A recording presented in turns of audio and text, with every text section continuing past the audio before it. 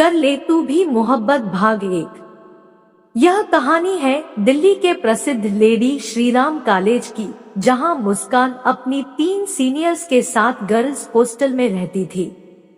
उसका पहली merit list में ही एडमिशन हो गया था। वह बहुत एक्साइटेड थी क्योंकि लाखों युवा दिलों की तरह उसका भी सपना था कि वह इस कॉलेज में पढ़कर अपने सपने पूरे कर पाए। वह मेरठ से थी। शुरू में तो उसे महानगर की चकाचौंध का हिस्सा बनने में वक्त लगा था, पर उसकी रूममेट्स के अत्यधिक कूल होने के कारण जल्दी ही उसकी तीनों के साथ अच्छी जमने लगी थी। कॉफी बनाना, बाजार से छोटे मोटे सामान लाना, यहाँ तक कि अपनी दीदी के कपड़े धोना तक के काम उसके ही हिस्से में थे। वे उसकी मेंटर, गाइड और बड़ी बहनें थी। उनकी गाइडेंस में ही उसकी फुल जीन्स घुटनों तक की शर्ट्स और टॉप्स की साइज कटते हुए क्रॉप टॉप पर और आस्तीन तो गायब ही हो गई थी। साल भर में ही वह अपने नए हेयर स्टाइल और स्वैग के साथ अपनी घरेलू और 1.5 फुटी इमेज से बाहर निकलकर एक बेहद ही खूबसूरत दोशीजा में बदल गई थी, जिसे देखते ही किसी के भी मुंह से अनायास ही सो क्यूट निकल जाया करता था। ऊपर वाले ने उसे बला की खूबसूरती से नवाजा था। वह सिर्फ जबान से ही नहीं बोलती थी, उसकी बोलती तीखी आंखों के साथ उसके कानों में पहनी जाने वाली बड़ी बड़ी बालियां भी उसके बोलने पर, मुस्कुराने पर चहक उठती थी। वह अन्य लड़कियों से बिल्कुल अलग थी। लड़कों से कतराने वाली, कॉलेज कैंपस की रंगीन चकाचौंध से अलग थलग रहने वाली और हर वक्त किताबों में डूबी रहने वाली। उस दिन कॉलेज की फेयरवेल पार्टी थी। वहां की फिजाओं में मानो एक नशा सा घुल गया था। कॉलेज कैंपस में उसकी तीनों सीनियर्स की आखिरी रात थी। मौसम में जुदाई की एक कसक सी थी, पर उदास होकर कोई भी इस पल को खोना नहीं चाहता था। पार्टी के बाद हग्ज और किसेज की बौछारें हो रही थी। कुछ फिर से मिलने की, तो कुछ सोशल मीडिया से जुड़े रहने की, तो कुछ जिंदगी भर एक दूसरे का साथ निभाने का वादा किए बिछुड़ रहे थे। रूम में आकर भी पार्टी की खुमारी उतरने का नाम नहीं ले रही थी। मुस्कान ने मोबाइल की घड़ी पर नजर डाली। रात के 1 बज रहे थे, पर तीनों में से कोई भी सोकर अपना वक्त जाया नहीं करना चाहती थी। वो तीनों एक ही पलंग पर औंधे पड़े आपस में कोई वीडियो शेयर कर रही थी और एक दूसरे से इशारों में बातें कर रही थी और कभी मुंह पर हाथ लगाकर जोर से हंस पड़ती। जैसे ही मुस्कान उनके पास कॉफी के मग लेकर आई और उसने वीडियो के बारे में उत्सुकता दिखाई, आप लोग क्या देख रहे हो बेबी? ये पोन वोन तेरे बस की बात नहीं है। तू टीवी पर डोरेमोन देख, कहते हुए तीनों हाई फाइव देते हुए जोर से हंस पड़ी। इसमें इतना हंसने वाली कौन सी बात है? वह मन ही मन बुदबुदा उठी। इस बीच French kiss, wild sex, fuck, crush जैसे शब्द उसके कान से टकराए थे, जो उसकी डिक्शनरी में बिल्कुल नए थे। उन शब्दों का अर्थ गूगल पर सर्च कर उनका मतलब जान लेने के बाद उसके दिल की बगिया में भी खुशबूदार फूल खिलने लगे थे। बस अब बहुत हो गया जिंदगी को सीधी चाल से चलते हुए। अब मैं भी सबको दिखा दूंगी कि मैं भी बड़ी हो गई हूँ। बस यह ख्याल बार बार उसके मन को छूने लगा था। फेसबुक और इंस्टा पर तो उसका अकाउंट था ही। इस बार उसने टिंडर पर अपना अकाउंट बनाने की सोची, जिसमें उसकी साथ वाली लड़कियों ने तो महारत हासिल कर रखी थी। वह सेल्फी स्टिक उठा लाई और अलग अलग पोज और आउटफिट्स में कम से कम 100 क्लिक्स ले डाली। फिर उनमें से सबसे अच्छी फोटो पसंद कर टिंडर पर अपनी प्रोफाइल बनाई और लॉग इन कर दिया। इसके साथ ही उसकी स्क्रीन पर कई प्रोफाइल उभरे। प्रोफाइल्स काफी इंटरेस्टिंग थी। उसने थोड़ी हिम्मत कर ऊपर वाले का नाम ले उसने एक प्रोफाइल पर राइट स्वाइप कर उसे सुपर लाइक कर दिया। उसका दिल जोरों से धक धक करने लगा। डर के मारे उसने अपनी आंखें भींच ली। कुछ ही पलों में इट्स अ मैच का नोटिफिकेशन उसकी मोबाइल स्क्रीन पर उभरा और अगले ही पल एक मैसेज आ गया, what a beautiful smile, it perfect matches with your name sexy. Sexy विशेषण उसके लिए बिल्कुल नया था। वह एक बार को तो घबराई, पर फिर एक स्माइली के साथ रिप्लाई किया, थैंक्स।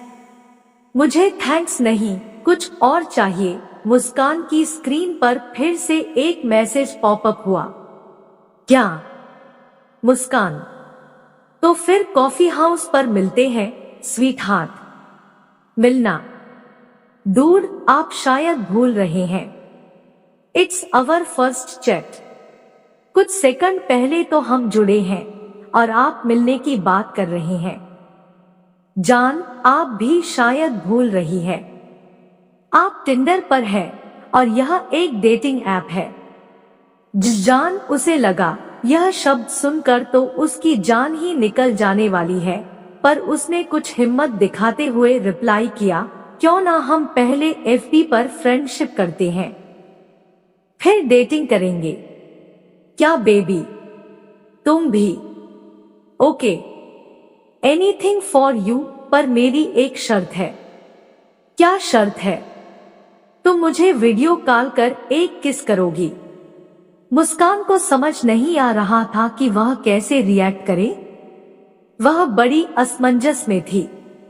घबराहट के मारे उसके हाथ कांपने लगे थे। उसने बाय कहकर फोन डिस्कनेक्ट कर दिया, पर उसके बाद दोनों के बीच फेसबुक पर चैट का सिलसिला चल पड़ा, जो एक हफ्ते तक चला। पर आकाश ने 8वें दिन उसे मिलने के लिए राजी कर ही लिया। उसने अपनी जिंदगी की पहली डेटिंग के लिए पिंक ट्यूनिक पसंद की थी। आकाश पहले से ही कैफे में बैठा उसका इंतजार कर रहा था। उस पर नजर पड़ते ही अपने होठों के बीच दबी सिगरेट को निकाल जूतों से मसल दी और लपक कर उसे बाहों में भर गालों पर किस करने लगा। सिगरेट की असहनीय बदबू के भभके ने उसे आकाश से खुद को अलग करने के लिए मजबूर कर दिया। वैसे भी वो इन सब के लिए मानसिक रूप से तैयार नहीं थी। तुम हर लड़की से इसी तरह मिलते हो क्या? हर लड़की से नहीं, तुम तो मेरी गर्लफ्रेंड हो, तो मेरा तुम पर हक है। कहते हुए वह फिर से उसके होठों को चूमने लगा। मुस्कान ने धीरे से खुद को अलग किया और ठगी हुई सी आकाश की ओर ताकने लगी। उसकी आंखों में आंसू थे, जिन्हें देखकर आकाश को भी कुछ झुंझलाहट सी होने लगी थी। तुम इन सब में इंटरेस्टेड नहीं थी तो डेटिंग पर आई ही क्यों? मुझे फर्स्ट डेटिंग पर ये सब एक्सपेक्टेड नहीं था, और मुझे भी लेडी श्रीराम कॉलेज की लड़की से इतना दकियानूसीपन और पिछड़ापन एक्सपेक्टेड नहीं था।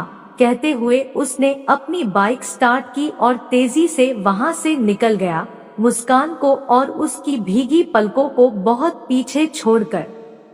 पर दूसरी तरफ पूरे 2 दिन लगे थे मुस्कान को इन सब से उबरने में। 2 दिन बाद जब वह सामान्य हुई तो उसने अपना टिंडर का अकाउंट खोल आकाश को मैसेज करना चाहा, तो उसे पता चला कि वो आकाश द्वारा ब्लॉक कर दी गई थी। उसने पहली बार ब्रेकअप के बाद की उदासी का स्वाद चखा था। भले ही आकाश के दिल में उसके लिए कोई जगह नहीं थी, सिर्फ अट्रैक्शन था, पर वह नादान तो आकाश की नशीली बातों को प्यार समझ बैठी थी। अब वह भी चाशनी में भीगे हुए दुनिया के सबसे मीठे अल्फाज, मोहब्बत का स्वाद चख लेना चाहती थी। अपने दिल के कोरे पेपर पर किसी का नाम लिख देना चाहती थी। इसलिए उसने भी आकाश का नाम अपने दिलो दिमाग और लैपटॉप से झटक कर अलग कर दिया और फिर से अपना टिंडर अकाउंट खोलकर बैठ गई। उसकी नजर फ्रेंड सजेशन पर गई। उसने तुरंत वह प्रोफाइल खोली। नाम था कृष और वह एमबीए का छात्र था।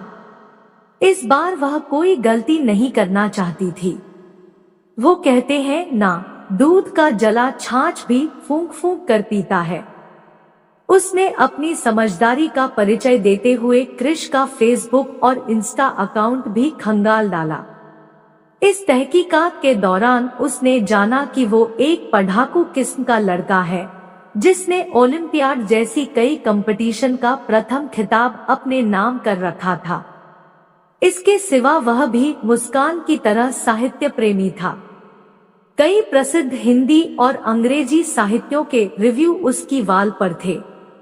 मुस्कान ने सोचा कि कला प्रेमी है, वह जरूर ही बहुत डिसेंट होगा और प्यार की रूहानी गहराई को समझता होगा, ना कि सिर्फ जिस्मानी संबंध बनाने को इच्छुक होगा। उसने राइट स्वाइप कर दिया। कृष भी जैसे बरसों से इसी पल की तलाश में था, तुरंत इट्स अ मैच का नोटिफिकेशन मुस्कान की स्क्रीन पर आ गया। मुस्कान जी, हमने आपको आपके कॉलेज के एनुअल फंक्शन में देखा था, तब से ही आपको दिल दे बैठे हैं और आप हम पर भरोसा रखिएगा। ये सिर्फ फ्लर्ट नहीं, हम आपसे सच्ची मुच्ची का प्रेम करते हैं। आप यकीन मानिएगा, आप हमारा पहला और आखिरी प्यार है। टिंडर और फेसबुक पर कब से आपको रिक्वेस्ट भेजकर आपके जवाब में राहों में फूल बिछाकर बैठे हैं। आपको एक सीक्रेट बताएं, आपके दीदार के लिए तो कई दीवाने कॉलेज छूटने के वक्त कॉलेज गेट के बाहर मंडराते रहते हैं। उनमें से एक हम भी हैं। और आप इतनी हसीन हैं कि जब आप पास से गुजरती हैं तो लगता है कि इत्र की शीशी खोलकर किसी ने हमारे बीच रख दी हो, जिसमें हम डूबते उतरते रहते हैं, कृष ने शर्माते हुए कहा था। उसकी इस मासूमियत भरी दरियाफ्त पर मुस्कान हंसे बिना नहीं रह पाई थी। तो आप बिहार से हैं? ओ हो, तो आप भी हम में उतनी ही इंटरेस्टेड है और हमारी पूरी कुंडली भी निकाल चुकी है। नहीं कृष, ऐसी कोई बात नहीं है। इंसान की भाषा उसे खुद ब खुद बयान कर देती है। By the way, I loved your name Krish. Thank you. वैसे हमारा गुड नेम तो कृष्णा है, पर यहाँ मुंबई आकर अपने आप कृष में तब्दील हो गया। हम यहाँ पॉपुलर ही इतने हैं। बचपन से ही मैथ्स विषय में हमारी पकड़ बहुत मजबूत रही है। मुश्किल से मुश्किल सवाल भी हम चुटकियों में सोल्व कर जाते हैं। Oh wow, that's wonderful. May God continue to shower blessings on you. हाँ मुस्कान जी, आपको हम सच बताएं तो यह सब ऊपर वाले से मांगी मनौती का ही परिणाम है। कहते हुए उसने अपने दोनों हाथ जोड़ लिए। मुस्कान ने देखा कि उसने अपने हाथों में ग्रहों को रिझाने के लिए अलग अलग अंगूठी और गले में भी तावीज पहन रखा था, पर फिर भी कृष उसे संस्कारी और एक भला लड़का लगा। देखने में भी वह ठीक ठाक था, क्योंकि इससे पहले उसका पाला आकाश से पड़ा था, जो अल्ट्रा फास्ट था। धीरे धीरे दोनों के बीच चैटिंग बढ़ने लगी। दोनों एक दूसरे के साथ अधिक समय व्यतीत करने लगे। अच्छा मुस्कान जी, बाय। मैं आपसे शाम को बात करूंगा, एक दिन चैट के दरमियान कृष ने मुस्कान से कहा। अरे अचानक ऐसे क्यों बाय? मुस्कान ने पूछा। वो क्या है ना, मुझे एग्जाम का फॉर्म भरना है। 6:15 बजे का समय बहुत अच्छा है और 6:10 बज चुके हैं, वरना शुभ समय टल जाएगा। डिस्कनेक्ट होने के बाद मुस्कान सोचने पर मजबूर हो गई थी। अपने कैरियर के लिए सजग होना अच्छी बात है, पर कृष का इतना अंधविश्वासी होना उसे रास नहीं आया। उसे लगने लगा कि कृष एक नेकदिल लड़का है और दोस्ती के लिए विश्वसनीय भी है, पर उसके सपनों का राजकुमार तो हरगिज नहीं है। अब वह काफी मायूस थी और शायद सीरियस भी।